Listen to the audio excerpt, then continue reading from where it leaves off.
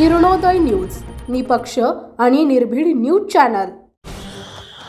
सांगोला पोलिसांनी सोमवारी 15 सप्टेंबरला पहाटे मोठी कारवाई करत विनापरवाना जनावरांचा मांस, वाहने आणि जिवंत जनावरे असा लाखोंचा मुद्देमाल जप्त केला।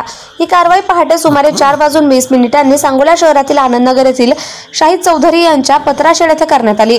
कारवाईत 40 जिवंत जनावरे, 1500 किलो मांस, 4 चाकी वाहने आणि विविध साहित्य असा एकूण 8,80,000 रुपयांचा एवज पोलिसांनी ताब्यात घेतला। या प्रकरणी पोलीस हेड कॉन्स्टेबल जमीर शेख यांनी फिर्याद दिली आहे। या अनुषंगाने सांगोला पोलिसांनी गौस रफिक बेपारी वय 33 राहणार संभाजी चौक, इंदापूर, जिल्हा पुणे आणि शहीद गनी चौधरी वय 28 राहणार भीमनगर, सांगोला या दोघांविरुद्ध गुन्हा दाखल केलाय।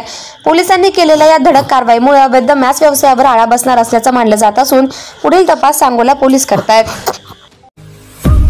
आपल्या परिसरातील ताज्या बातम्या पाहण्यासाठी किरणोदय न्यूज चॅनलला YouTube वर सबस्क्राइब करा आणि बेल आयकॉन प्रेस करा।